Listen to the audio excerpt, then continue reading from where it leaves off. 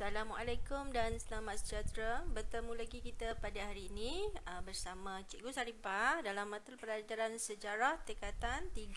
Okey, baiklah, hari ini kita akan sambung bab 1 iaitu 1.2 faktor kedatangan kuasa barat ke negara kita dan juga 1.3 persaingan kuasa barat untuk mendapatkan tanah jajahan. Okey, pelajar-pelajar boleh rujuk buku teks muka surat 10.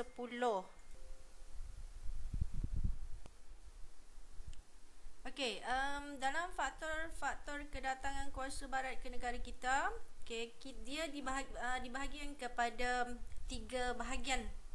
Satu, kedatangan kuasa barat pada abad ke-16. Kedatangan kuasa barat pada abad ke-17 dan ke-18 dan kedatangan kuasa barat pada abad ke-19 dan abad ke-20. Kita lihat pada abad ke-16, satu disebabkan oleh barangan mewah, dua pelabuhan persinggahan dan yang ketiga adalah agama Kristian. Faktor pada abad ke-17 dan ke-18 satu saja iaitu disebabkan oleh revolusi perindustrian.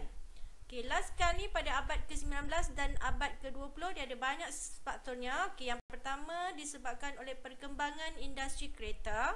Yang kedua, kesuburan tanah dan kekayaan hasil bumi. Yang ketiga, industri metin. Yang keempat, pembukaan terusan Suez. Yang kelima, ciptaan kapal wap. Yang keenam, persaingan kuasa barat.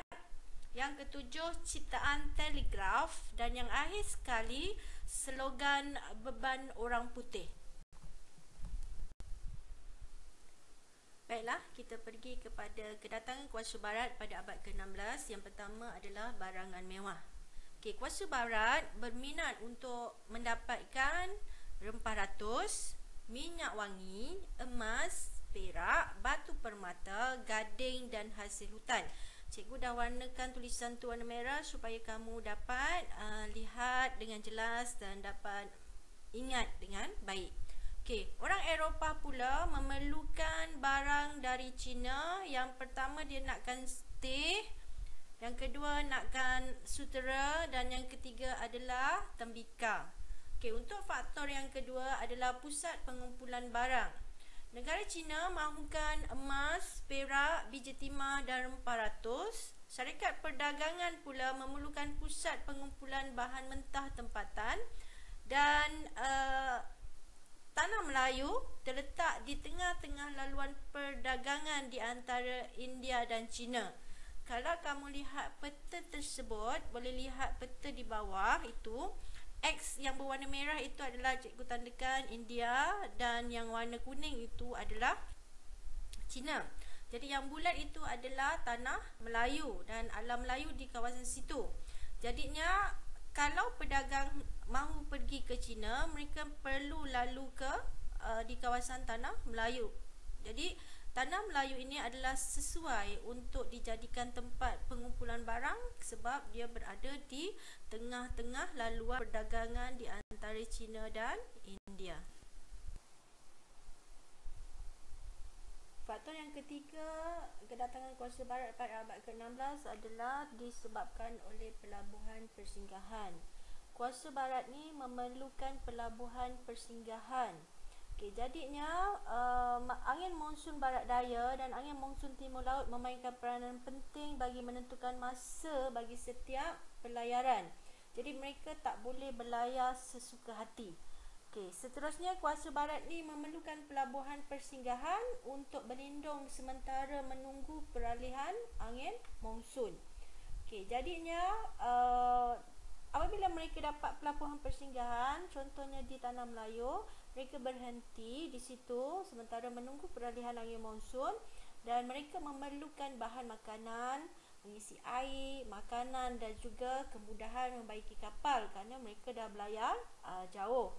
Jadinya mereka perlukan keperluan-keperluan ini. Justru itu dapat dilihat bahawa Tanah Melayu adalah tempat yang sangat sesuai kerana kedudukan yang strategik.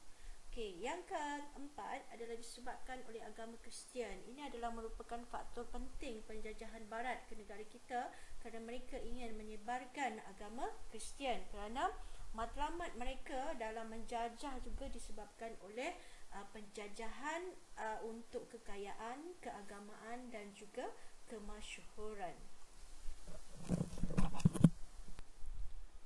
Kedatangan kuasa barat pada abad ke-17 dan ke-18, kita lihat faktor revolusi perindustrian.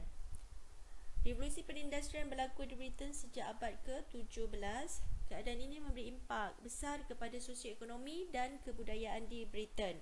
Dan akhirnya, revolusi perindustrian ini merebak ke seluruh Eropah. Antara negara Eropah yang menjadi negara perindustrian seperti Britain adalah Jerman dan Perancis. Selepas revolusi perindustrian ini juga, kuasa-kuasa barat mengubah dasar mereka. Di mana mereka perlu mencari pusat perdagangan dan seterusnya kuasa-kuasa barat ini juga perlu menguasai tanah jajahan bagi membekalkan bahan mentah secara berterusan. Revolusi perindustrian ini juga membolehkan mereka mengeluarkan barangan secara besar-besaran dan akhirnya mereka perlu mencari kawasan pasaran yang lebih luas untuk memasarkan barangan tersebut supaya keuntungan dapat dimaksimumkan. Sebagai contoh, mereka boleh memasarkan barangan tersebut di wilayah yang telah dijajah. Kedatangan kuasa barat pada abad ke-19 dan abad ke-20, kita lihat faktor perkembangan industri kereta. Kemunculan perusahaan kereta dan ciptaan tayar menambahkan permintaan untuk getah asli kerana tayar yang dibuat daripada getah asli akan lebih tahan lama. Seterusnya, getah asli juga merupakan bahan yang penting dalam perusahaan penebat barangan elektrik. Faktor yang seterusnya adalah disebabkan kesuburan tanah dan kekayaan hasil bumi. Negara kita mempunyai tanah yang luas, subur dan iklim yang sangat sesuai untuk tanaman berorientasikan ekspor. Tanaman berorientasikan ekspor ini maksudnya tanaman yang boleh ditanam secara meluas dan juga menghasilkan hasil yang banyak dan akhirnya hasil tersebut boleh diekspor ke luar negara. Contoh tanamannya adalah seperti getah, tebu, tembakau dan padi. Selain itu, negara kita juga kaya dengan hasil bumi seperti biji timah, biji besi, emas, petroleum dan juga arang batu. Faktor yang seterusnya adalah industri mengetin. Pada abad ke-19, terdapat beberapa ciptaan baru di Amerika Syarikat yang memerlukan penggunaan biji timah. Contohnya perusahaan mengetin makanan, mengetin minuman, membuat bumbung rumah dan tong minyak.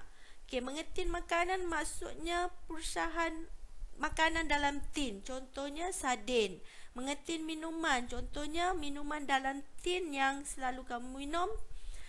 Dan kesan daripada industri mengetin ini menyebabkan harga biji timah melambung tinggi dan permintaan biji timah dari negeri-negeri Melayu bertambah pesat. Kedatangan kuasa barat pada abad ke-19 dan abad ke-20 untuk faktor pembukaan terusan Suez dan juga ciptaan kapal wap. Yang pertama, pembukaan terusan Suez ini pada keseluruhannya dia dapat memendekkan perjalanan daripada Eropah ke tanah Melayu. Menghubungkan pelabuhan Said ke Laut Mediterranean dan juga Suez di Laut Merah, dan urusan perdagangan menjadi cepat dan berlaku pertambahan perdagangan di alam Melayu dan juga di benua Eropah. Yang seterusnya adalah ciptaan kapal wap.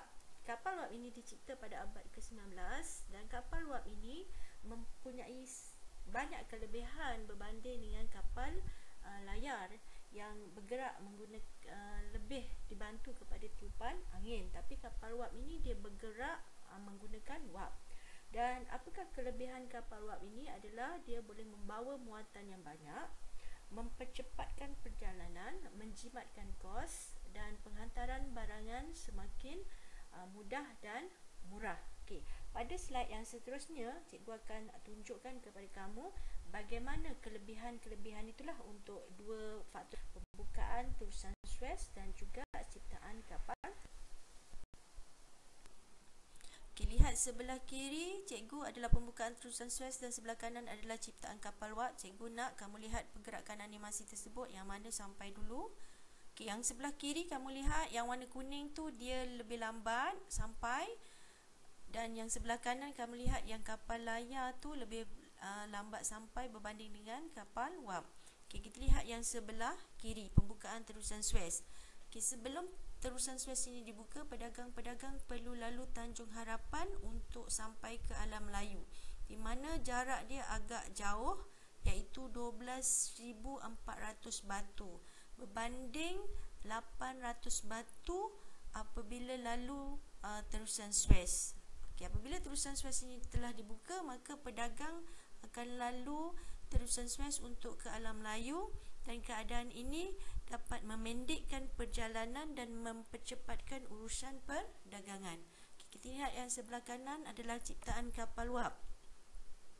Kamu lihat tadi kapal wap tu dia sampai dulu berbanding dengan kapal layar. Ini kerana kapal wap ini dia banyak kelebihannya. Okay, antara kelebihannya adalah penghantaran barang lebih mudah dan murah, kerana kapal wap ini boleh bawa muatan yang lebih banyak dan mempercepatkan perjalanan serta menjimatkan kos. Okay, kapal wap ini dia bergerak menggunakan enjin wap ataupun enjin steam.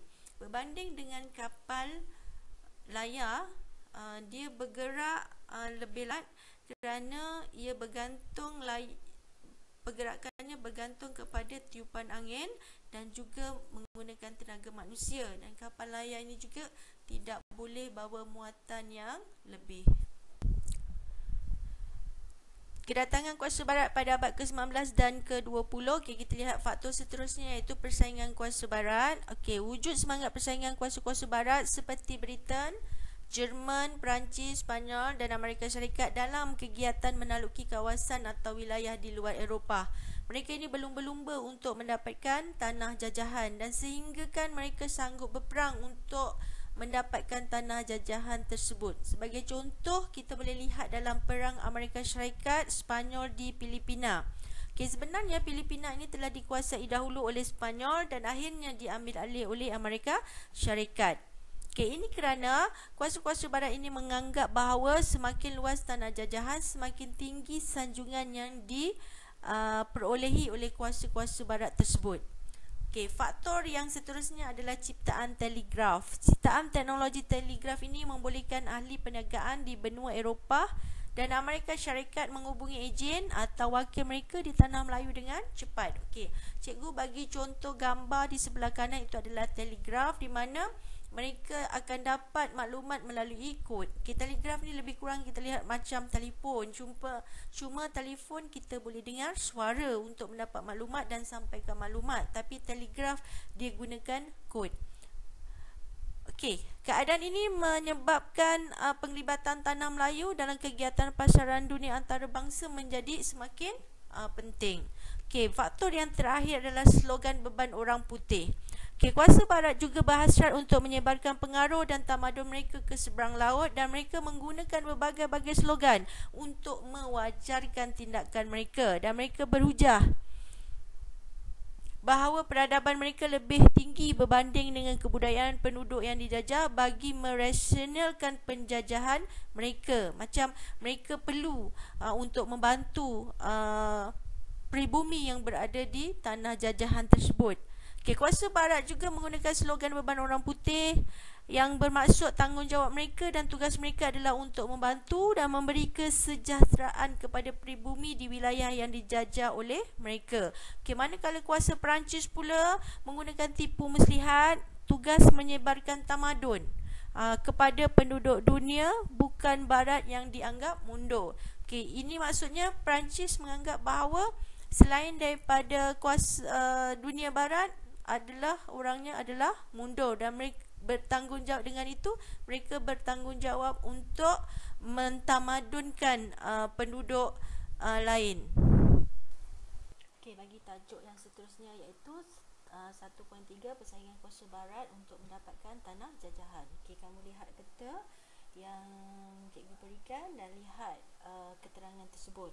Okay, yang pertama kita lihat Kesultanan Brunei sebagai negeri naungan British. Perancis pula yang berada di Indochina dan merancang untuk membina terusan di segenting Kra. Segenting Kra ni kalau dibina terusan maka tak perlu lalulah dekat kawasan Selat Melaka, maka dia terus lalu segenting Kra. Itu adalah harapan Perancis untuk membuka terusan di segenting Kra. Yang seterusnya, lihat Rusia berhasrat pula untuk membuka penempatan di Ujung Salang, manakala Jerman pula berusaha untuk mendapatkan Langkawi. Amerika Syarikat inginkan Terengganu. Dan pihak persendirian iaitu keluarga Brooke menguasai wilayah Sarawak pada tahun 1853 hingga tahun 1905, dan keluarga Brooke ini memperluaskan kawasan pemerintahan mereka hingga ke sempadan Brunei. Sebab mula-mula mereka, keluarga Brooke ni hanya dapat kawasan Kuching dan akhirnya meluaskan kuasa kepada 5 bahagian di Sarawak sehingga ke sempadan Brunei. Syarikat Borneo Utara British pula, iaitu syarikat dagang British yang membeli wilayah-wilayah di Sabah daripada Sultan Brunei dan juga Sultan Sulu. Manakala di India Timur, Belanda berusaha mendapatkan seluruh kepulauan di India Timur, dan Portugis pula berusaha untuk mendapatkan Timor Leste, dan manakala akhir sekali Spanyol menaluki Kesultanan Sulu.